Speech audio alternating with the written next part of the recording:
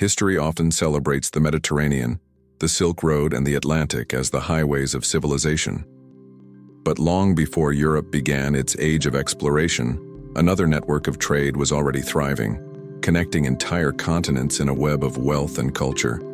Its stage was not the Atlantic Ocean, nor the Mediterranean Sea, but the vast waters of the Indian Ocean. And at the heart of this maritime world stood the Swahili coast kingdoms, African city-states that transformed trade into power, culture into identity, and their coastline into a gateway between Africa and the wider world.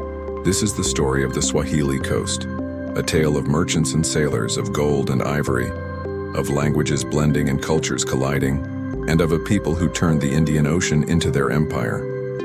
Stretching from southern Somalia down through Kenya, Tanzania, Mozambique, and out to the islands of Zanzibar, Pemba, and Comoros, the Swahili coast was more than a geographical region. It was a chain of bustling ports, each city-state independent yet bound together by trade and culture. The Swahili coast had something special: access to both the African interior and the open sea. From the interior came gold from the mines of Zimbabwe, ivory from elephant herds, slaves captured in wars, and exotic animal skins prized across the Middle East. From the sea came spices from India, silk and porcelain from China, glassware from Persia, and cloth from Arabia.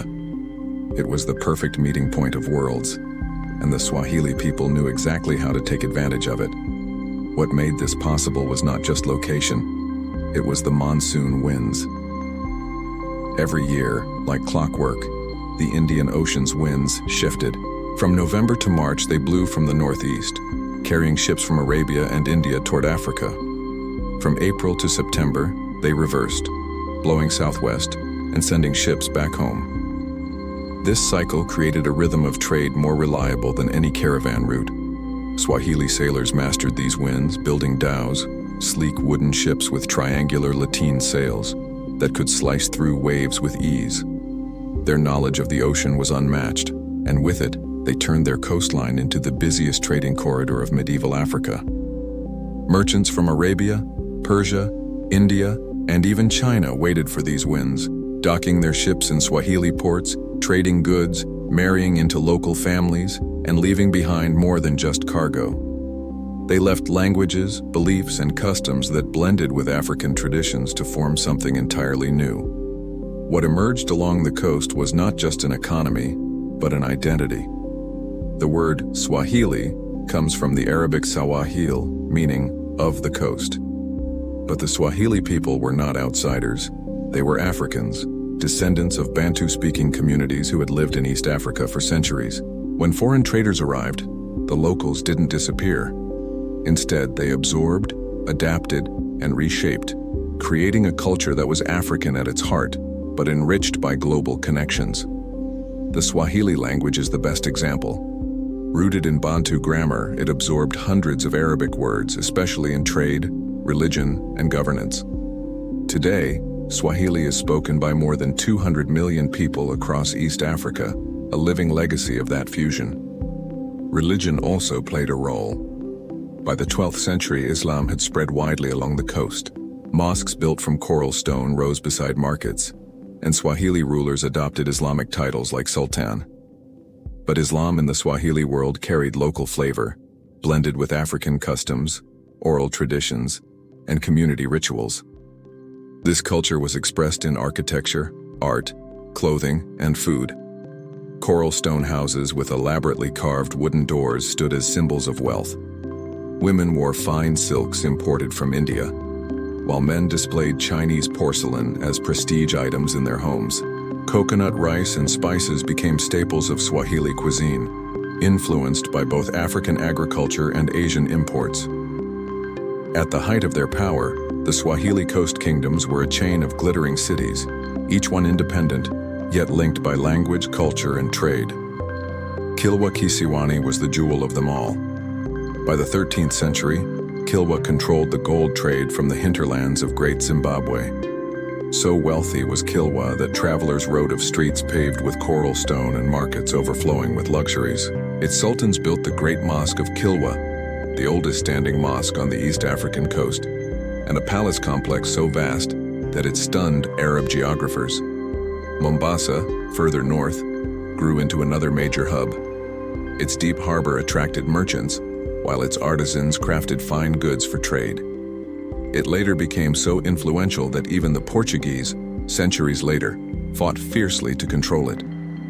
Zanzibar became a center of spice cultivation and a meeting point for traders from across the Indian Ocean. Its culture remains deeply tied to its Swahili heritage even today. Other cities like Malindi, Pemba, Sofala, and Mogadishu also flourished, each adding to the Swahili world's collective strength. What made these cities remarkable was not just their wealth, but their cosmopolitanism. Walk through their markets, and you would hear Arabic, Swahili, Gujarati, Persian, and Chinese, all mixing in the air. You would see Africans, Arabs, Persians, and Indians trading side by side. The Swahili coast was a melting pot centuries before the word existed. The foundation of Swahili power was trade. Ivory slaves and gold were the most prized exports. In return, the Swahili imported beads, silk, cotton cloth, ceramics, and spices. These goods were not just for luxury, they were symbols of prestige, used by rulers to display power and by families to establish social status.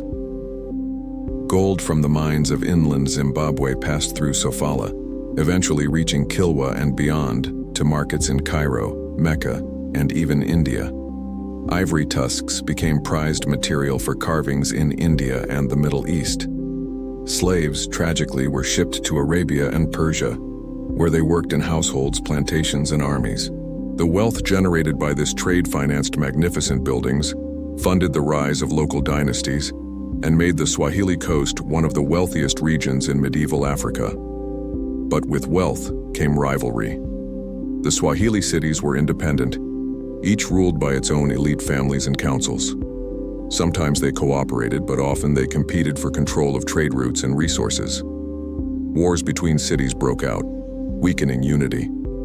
This disunity would later make it easier for outsiders, particularly the Portuguese in the 16th century, to exploit and dominate them. Yet, even under pressure, the Swahili coast adapted, surviving wave after wave of foreign intrusion. Perhaps the most extraordinary aspect of the Swahili kingdoms was their place in a truly global network. Chinese records show Swahili merchants sailing as far as the court of the Ming dynasty, bringing giraffes as gifts to emperors. One famous giraffe delivered to China caused such wonder that it was mistaken for a mythical kilin, a creature symbolizing prosperity. Arab historians wrote of the wealth of Kilwa, while Indian traders relied on Swahili ports as crucial links in the spice trade.